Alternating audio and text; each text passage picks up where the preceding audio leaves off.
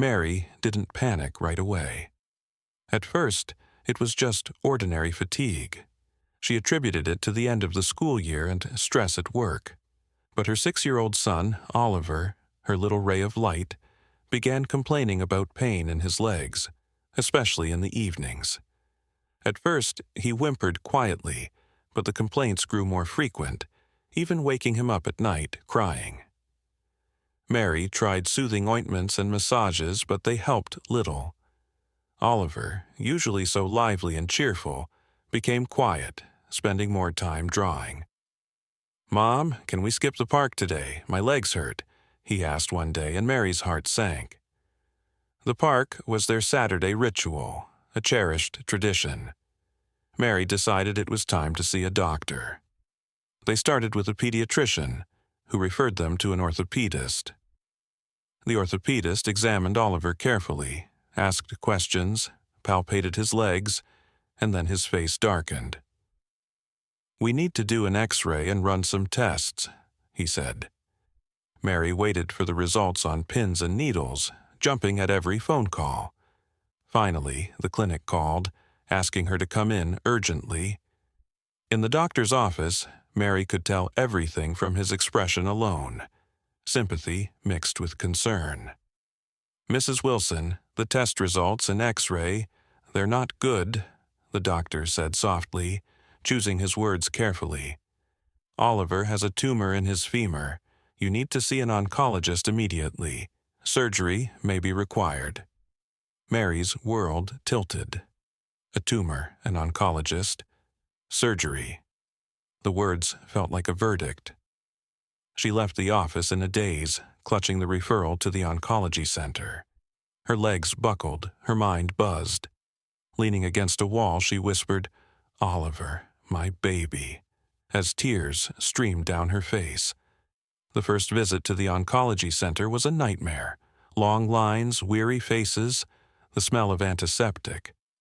After examinations and more tests, the diagnosis was confirmed. A rare form of tumor. Surgery was needed urgently before the tumor could grow. "It's a complex and expensive procedure," the doctor said. "We'll do everything we can, but I can't make guarantees. The sooner we operate, the better the chances of success." Mary left the office stunned. Expensive? Where would she get the money? Her salary was decent, but most of it went to the mortgage and daily expenses. Savings were nearly non-existent.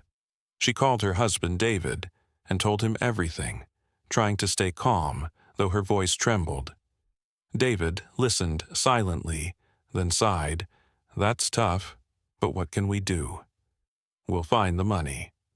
Find the money, as if it were that simple. Mary started calling friends, asking for loans. Some promised help, others declined, citing their own struggles. At work, she spoke to her boss, explaining the situation. He was sympathetic, offering financial assistance and suggesting a fundraiser among colleagues.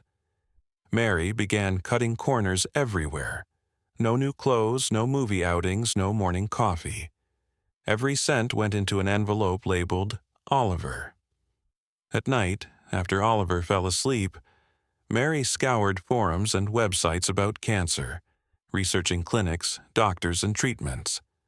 David promised to help too. "I'll do everything I can, Mary," he said. "I'll take extra shifts, whatever it takes." He started staying late at work, coming home exhausted. Mary believed him, hoping for his support. She thought Oliver's illness had united them, made them stronger. They lived in a state of anxiety and hope. Anxiety that never let up, and hope that flickered in Mary's heart, giving her strength to keep going. Hope that everything would be okay, that Oliver would recover, that they'd overcome every obstacle. Days turned into weeks. Mary and David worked tirelessly. Mary took extra shifts. David took on any side job. They saved every cent, denying themselves everything. Slowly, the amount in the envelope grew. Mary looked around their modest apartment where every item once spoke of a carefree life. Now, everything seemed superfluous. The only thing that mattered was saving Oliver. David sometimes mentioned that his coworker, Claire, was worried about Oliver and wanted to help. But Claire, a woman with a reputation for being frivolous and selfish, limited herself to words. She called, asked about Oliver's health, offered advice but never provided actual help. Mary tried not to dwell on it. The priority was gathering the money. After months of grueling effort, they finally had enough. Mary counted the money multiple times, hardly believing it. She called the clinic to confirm they were ready to pay for the surgery. "Excellent," the doctor replied. "We can admit Oliver in a week. Prepare all the necessary documents." Mary hung up, crying with joy, relief, and exhaustion. She hugged Oliver tightly. "Everything's going to be okay, sweetheart," she whispered. David came home late, weary. Mary told him about the call and the scheduled admission. He smiled. "See, the worst is over now.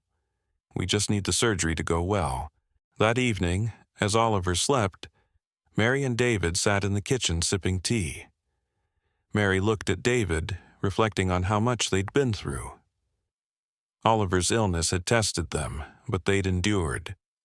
She felt immense gratitude for David's support, believing they were a true family, together forever. The day before the payment deadline, the clinic called. The voice on the line was polite but firm. "Mrs. Wilson, we're sorry, but the payment for Oliver's surgery hasn't been received. The operating slot has been canceled. If the funds aren't transferred today, we'll have to give your spot to another patient." Mary's world collapsed. She felt the ground slip away. All her efforts, sleepless nights, scrimping, begging, it was all for nothing. "How can that be?" she stammered, her voice shaking. "We had the money. David was supposed to deposit it yesterday." Panic surged. She called David. Ring, ring, ring. Silence. Finally, he answered. "David, where's the money? The clinic called. The payment didn't go through. What happened?" Mumbling came through the phone. David hedged, evasive, unable to explain. "Mary, it's just, well..." Dread gripped her. "David, tell me straight, where's the money?" A pause. "Look, Mary, Claire needed a vacation." Mary froze. "A vacation? What are you talking about?" "Claire, my friend. She's been dreaming of going to Bali. There was this last-minute deal."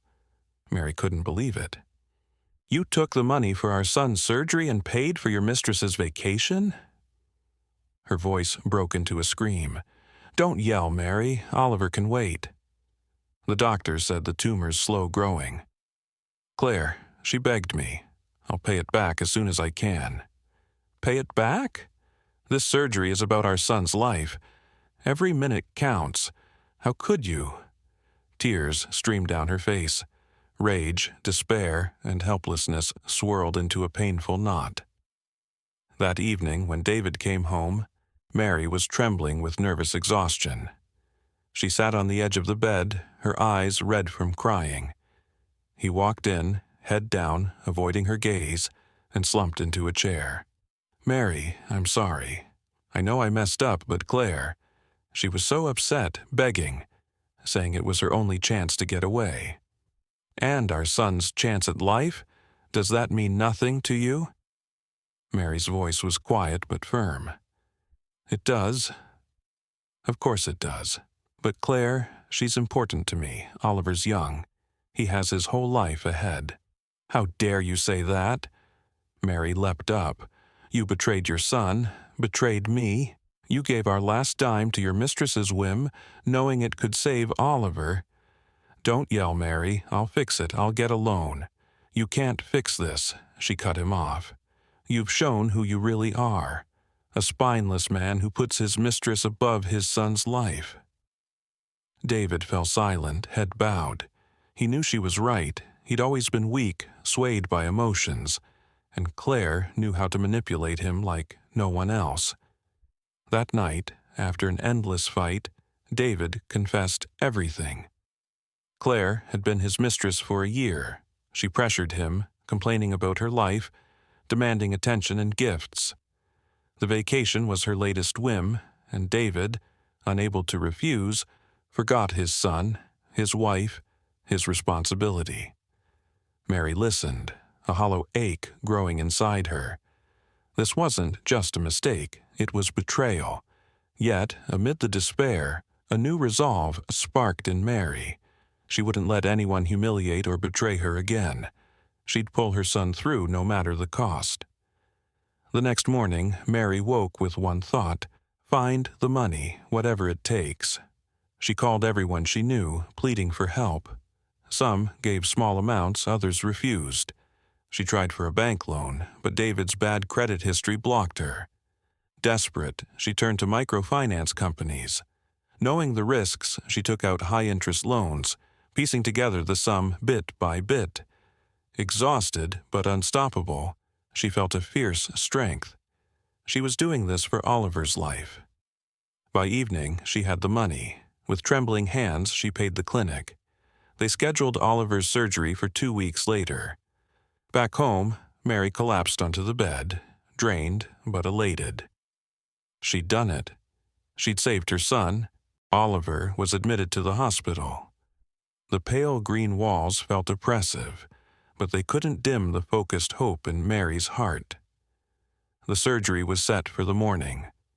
Mary stayed by Oliver's side, filling every moment with care and love, reading stories, playing quiet games, sharing childhood memories to distract him from fear and pain. David visited but kept his distance, avoiding Mary's eyes weighed down by guilt. Mary saw his remorse, but after everything, it felt too late, too small. She couldn't forgive him yet. The surgery was a success. Mary waited hours in the corridor, racked with worry, praying silently. When the doctor emerged, saying everything went well, relief washed away weeks of tension. Oliver was moved to the ICU, where Mary could only see him briefly each day, but those moments fueled her strength. David came too, lingering silently, bringing flowers and fruit, gestures that felt hollow, like attempts to ease his guilt. Mary didn't judge him, but a chasm had formed between them, seemingly unbridgeable.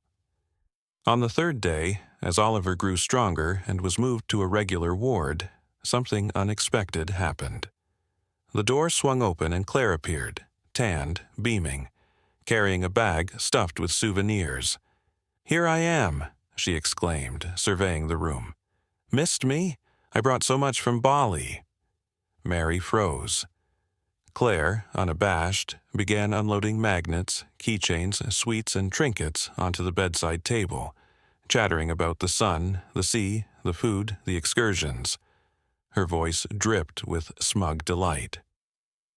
Mary watched, anger rising.